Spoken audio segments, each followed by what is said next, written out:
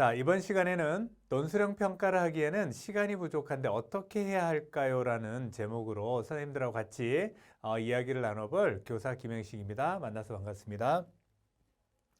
자, 논술형 평가를 하는 데 있어서 가장 큰 어려운 점은 논술형 평가 문제, 문항을 어떻게 제작해야 되는가, 그런 부분일 것 같습니다. 자, 그리고 제 생각에는 또 두 번째 어려운 점은 아마도 시간의 부족이 아닌가라는 생각이 듭니다. 진도도 나가야 되고요. 또 학생들은 그렇게 좋아하는 것 같지도 않고요. 자, 그래서 이번 시간에는 논술형 평가를 위해서 시간을 따로 할애해야 되는데 실제로 시간이 부족해서 못하겠다, 힘들다라고 하시는 선생님들을 위해서 준비를 해보았습니다. 자, 오늘의 목차는 첫 번째, 수업을 줄이고 남는 시간을 확보한다.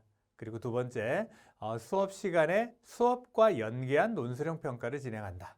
이렇게 같이 나눠보도록 하겠습니다. 자, 우선 2015 개정교육과정에서 이야기하는 평가의 목적을 살펴보면 다음과 같습니다. 보시는 것처럼 평가의 궁극적인 목적은 학생의 교육 목표 도달도를 확인하고 평가 결과를 교육적 의사결정의 자료로 활용하여 교수 학습의 질을 개선하는 데 있다. 자, 여기에 나와 있는 것처럼요, 평가를 통해서 누가 잘했고 잘못했는지 그걸 가리는 그런 선발의 목적이 아니라는 거죠. 여기에 보시는 것처럼 교수 학습의 질을 개선하는 데 있다라고 얘기합니다.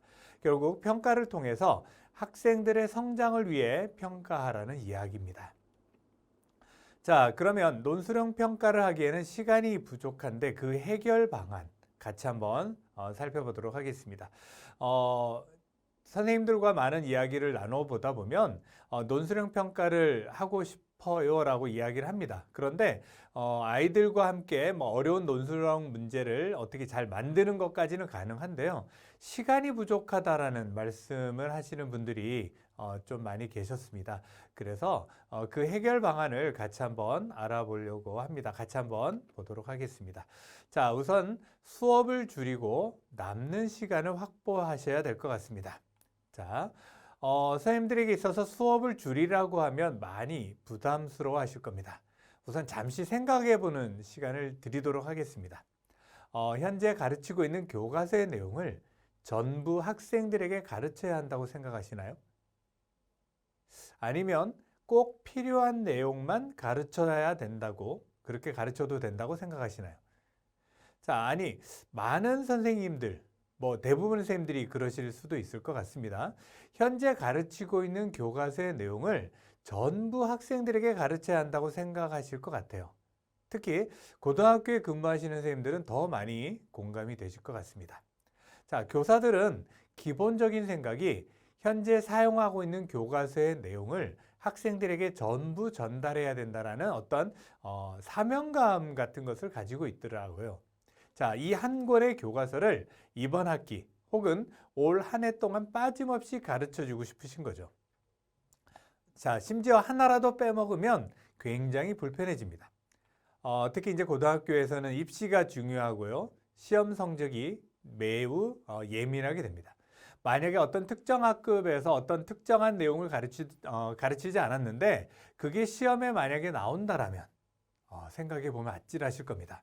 학생들의 민원이 나올 거고요. 그리고 학부모님들도 마찬가지로 민원 전화가 아마 올 것 같습니다. 감당하기 힘드실 것 같아요. 그리고 또 이런 상황에서 이제까지는 내 편이라고 생각하셨던 교장, 교감 선생님들도 어쩌면 김 선생 왜 그랬어? 이렇게 말씀을 하실지도 모릅니다. 자, 그러면 어떻게 해야 될까요? 자, 시간은 정해져 있어서 논술형 평가를 비롯해서 다양한 활동과 평가를 하려면 시간이 부족해서 수업을 줄여야 되고, 자, 그러면 실제로 교과서의 내용을 전부 전달하려면 수업을 줄여야 되는데, 자, 수업을 줄일 수도 없고, 근데 또 시간이 부족해서 수업은 또 줄여야 되고, 정말 진퇴양난이죠. 자, 선생님들이 가지고 계신 교과서를 한번 생각해 보시면 좋을 것 같습니다. 자, 교과서는 뭘까요? 네, 맞습니다. 전문가들이 만들었죠. 그리고 아이들에게 꼭 가르쳐야 될 내용들을 담고 있습니다. 자, 그런데 교과서는 한 가지뿐인가요? 아니죠. 출판사마다 교과서를 만들었습니다. 결국 교과서는 하나의 샘플일 뿐입니다. 전문가들이 만든 교육 과정을 바탕으로 해서 만든 샘플입니다. 자, 우리는 여러 출판사의 교과서 중에서 우리 학생들에게 가르치기 편하고 구성이 잘 되어 있다고 생각하는 것 중에서 하나를 선택해서 수업에서 가르치고 있는 겁니다. 출판사마다 담고 있는 내용들이 조금씩은 다릅니다. 자, 그럼 이제 좀 정리가 되셨을 것 같아요. 교과서는 우리가 가르쳐야 할 내용을 담고 있는 하나의 샘플입니다. 자, 우리는 교과서보다는 교육과정, 좀 더 정확하게는 성취 기준에 좀 더 집중을 해야 될 것 같습니다. 자, 예를 들어서 수학을 예로 든다면 두 점 사이 거리를 구할 수 있다는 어떤 성취 기준이 있습니다. 자, 그럼 우리는 학생들에게 다양한 설명과 예제 문제를 통해서 두 점 사이의 거리를 구할 수 있도록만 해주면 되는 겁니다. 여러 가지 응용 문제나 종합 문제 등의 내용은 학생들에게 맡겨주어도 좋을 것 같습니다. 종합 문제는 좀 어려운 문제들로 구성되어 있습니다. 자, 그런데 우리가 그 문제를 학생들에게 많은 시간을 할애해서 풀어준다라고 한번 가정해 보도록 하겠습니다. 학생들은 전부 집중해서 수업을 듣고 있을까요? 자, 상위권 학생들은 미리 풀어본 학생들이 많습니다.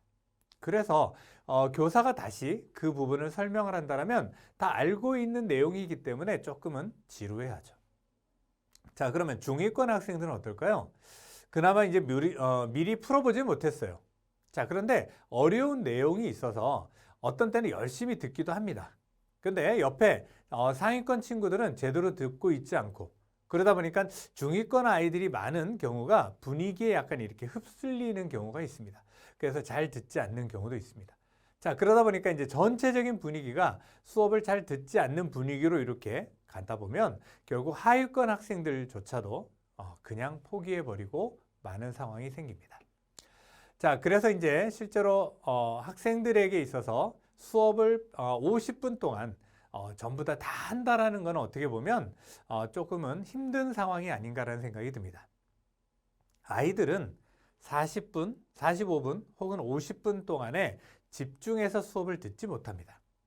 어떤 매체를 통해서 들은 이야기지만 사람들이 한 곳에 주의 집중할 수 있는 시간이 예전에는 그래도 좀 길었는데요. 최근 들어와서 그 시간은 8초라고 합니다. 보통 아이들 수업 시간에 동영상 틀어주면 잘 듣잖아요. 잘 보기도 하고. 그런데 요즘 아이들은 금세 지루해버리고 엎드려 버리는 경우도 많습니다. 자, 그래서 10초 이내에 짧은 동영상, 이 짧은 동영상들이 인터넷에서 많이 유행하고 있는 이유가 바로 이 8초라는 것, 여기에 있습니다. 자, 그래서 이제 하는 방법이 저희는 이제 덜어내기를 좀 해야 될 것 같습니다. 자, 50분의 수업 시간 동안에 교사가 혼자서 열심히 설명하다 보면 아이들이 잘 듣지 못하죠. 그래서 거기에서 조금씩은 덜어내서 우리가 여유를 좀 두는 거예요. 자, 수업의 분량은 교과서의 모든 내용이 아니라 정말 꼭 필요한 내용만을 선정해서 그것만을 가르치는 겁니다. 자, 그리고 학생들과 다양한 활동을 통해서 그 내용을 아이들이 알 수 있도록 도와주는 게 좀 더 효과적일 거라고 생각을 합니다. 자, 그래서 저는 수업을 하면서 교과서 단원이 끝나고 나는 종합 문제 부분은 학생들에게 개별적으로 풀어보고 혹시 이해가 되지 않는 부분은 따로 질문을 하라고 하고 개별 혹은 전체 질문을 통해서 몇 문제만 해결해 줍니다.